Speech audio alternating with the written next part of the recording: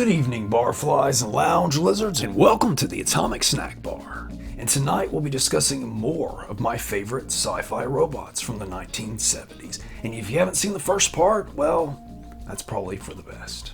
And number 5 on the list is Mr. Ring from Kolchak the Night Stalker from 1975. Kolchak the Night Stalker was a kind of sci-fi supernatural mystery show that ran from 1974 to 1975. It told the story of a charming, yet outspoken reporter who each week found himself involved in very unusual cases, one of which involved the aforementioned Mr. Ring, who appeared in the episode of the same name. And Mr. Ring, which stands for Robomatic Internalized Nerve Ganglia, was a military android with advanced survival programming. When he learned that he was to be deactivated, well, robot hijinks ensued and Kolchak was on the case.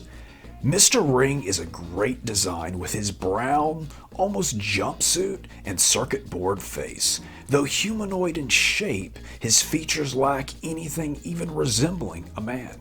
And he was played by Craig R. Baxley, an actor and stuntman who would go on to be quite the director, with his credits including Action Jackson, Stone Cold, and I Come in Peace, aka Dark Angel. And one last little tidbit about our buddy Mr. Ring, he was built by the Tyrell Institute, which it's safe to assume that this was an early incarnation of the Tyrell Corporation, who was responsible for the replicants in Blade Runner. So Kolchak is not only a prequel to A Christmas Story, but also to Blade Runner.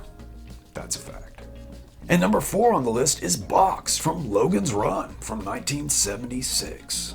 And Logan's Run is a science fiction film about a futuristic society where, in order to preserve resources, everyone who reaches the ripe old age of 30 is put to death in a fun psychedelic ritual. The good Mr. Logan 5, a Sandman who takes care of those that try to escape the city in the fun psychedelic ritual, is sent on a secret mission outside said city. And once outside, Logan encounters Box, a robot built to capture food on the outside. I said outside twice, but it looks like Box has been up to a little bit more. Box is a great design that certainly lives up to his name. He's boxy and foxy and oh so shiny, and has quite the healthy ego as well. Overwhelming, am I not? He kind of reminds me of a 50s robot mixed with a late 70s robot. Almost a 1980 Flash Gordon-esque design. And I know what you're thinking. Slim, Rob, whatever your name is, you magnificent bastard you, isn't Box technically a cyborg? Since he even says I'm more than machine or man, more than a fusion of the two. And didn't you say that there wouldn't be any cyborgs on this list? Actually, viewer, I didn't say that. I totally forgot. But that is an excellent point, and I have a very good reason for that. You see, Box was voiced by Roscoe Lee Brown, an actor with an impressive resume including The Invaders, Jumpin' Jack Flash, and numerous voiceover roles, including Merklin from Visionaries and Winston's father from The Real Ghostbusters. And number 3 on the list is Tal Zeta from The Starlost from 1973. The Starlost was a Canadian sci-fi series created by Harlan Ellison, which ran from 1973 to 1974, though Ellison left the production before the first episode aired. And it told the story of a generational colony spacecraft called the Earthship Ark and the lives of those within. Tal Zeta appeared on the 13th episode of the series, The Return of Oro, which featured the return of the shifty Oro played by Walter Koenig, who most of you probably know best as Sergeant Johnson from the 1976 episode of Columbo, Fade in Murder. And in The Return of Oro, there just happens to be a saucy lady by the name of Tal Zeta.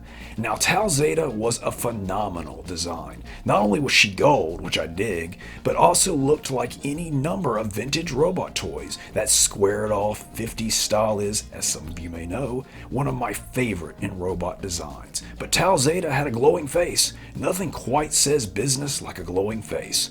I wasn't able to find who designed Tal, but she was operated by Philip Stevens and voiced by Patricia Moffat, a Canadian actress who also lent her voice to the 1977 sci-fi Christmas cartoon, A Cosmic Christmas.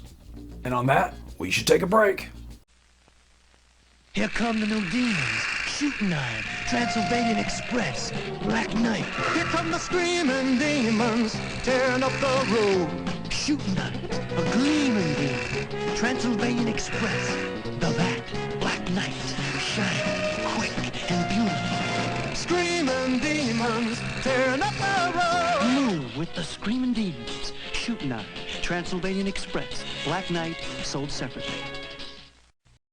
When American Sound says all around, they mean 3 great locations: Sunrise Mall, Florin Mall, and Freeway Close at Watt Avenue and Highway 880. And they mean all around in stereo systems. Everything you need, like this great Sansui system with a full-size record changer, these big 3-way 12-inch speaker systems, and the Sansui AM/FM receiver. A fantastic system, and at the American Sound price of only $333. Only one of over 120 systems in the $200,000 inventory. American Sound all around Sunrise Mall, Florin Mall, and Watt Avenue at Highway 880. And we're back, and number 2 on the list is Tweaky from Buck Rogers in the 25th Century from 1979.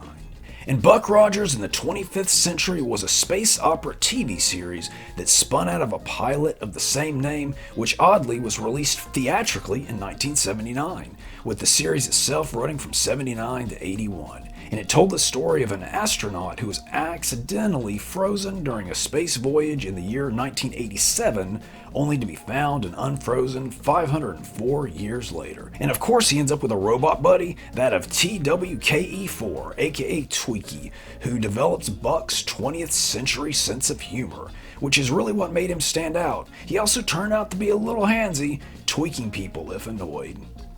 Not cool, Tweaky. Not cool.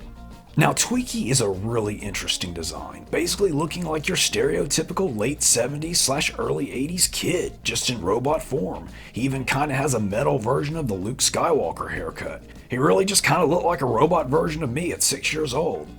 Now, Buck Rogers was slightly before my time, but I did end up with a Tweaky signal flasher, which stood at about 10 inches tall. So tweaking and flashing, someone really might want to have a little talking to with our little metal friend here. Now, Tweaky was played by 2 different actors, Felix Silla, who was also an Ewok, and Pat Maloney. He was voiced by the legendary Mel Blanc in the first season and part of the second season, and then for the rest of the series, he was voiced by a mysterious actor I could find no information on. And now it's time for an honorable mention, and that's Andy from Quark from 1977. And Quark was a highly scientific and factual sci-fi TV series that ran for 1 season in the late 70s, and it is seen by many to be the true successor of Star Trek. And it tells the story of a galactic sanitation patrol ship and its wild and wacky crew members, which include a young lady and her clone, a plant person, and Andy the android, a robot made from spare parts that makes that C-3PO chap seem downright heroic and noble in comparison. And this is yet another very me-friendly robot design. Andy was played by actor and stuntman Bobby Porter. Porter not only appeared as Caesar's son in Battle for the Planet of the Apes, but he was also on 2 episodes of the TV series as well. Not to mention he played an Ewok and was Stink on the 90s version of Land of the Lost. Unfortunately, this is about all the information I could find on Andy, but the special effects of the show are credited to a Bill Clover, who also worked on the original Planet of the Apes. Bet you didn't think I could squeeze this many Planet of the Apes references into an episode about robots, did you? Apes fever knows no bounds. And number 1 on the list, the Gunslinger from Westworld from 1973. Westworld was a sci-fi sort of western about an amusement park featuring lifelike interactive androids meant to recreate different periods of time. And in the Wild West section of the park, the Gunslinger android malfunctions and the fun begins. With this entry, I am breaking my own rules once again by covering a humanoid robot. But the Gunslinger is so groovy fantastico, and there's scenes of him without his faceplate, so I'm making an exception. But the Gunslinger was a black-clad, dead-eyed menace performed brilliantly by Yul Brynner of Magnificent Seven fame, and he really felt and looked like an android at all times. This is probably the finest humanoid robot performance of all time.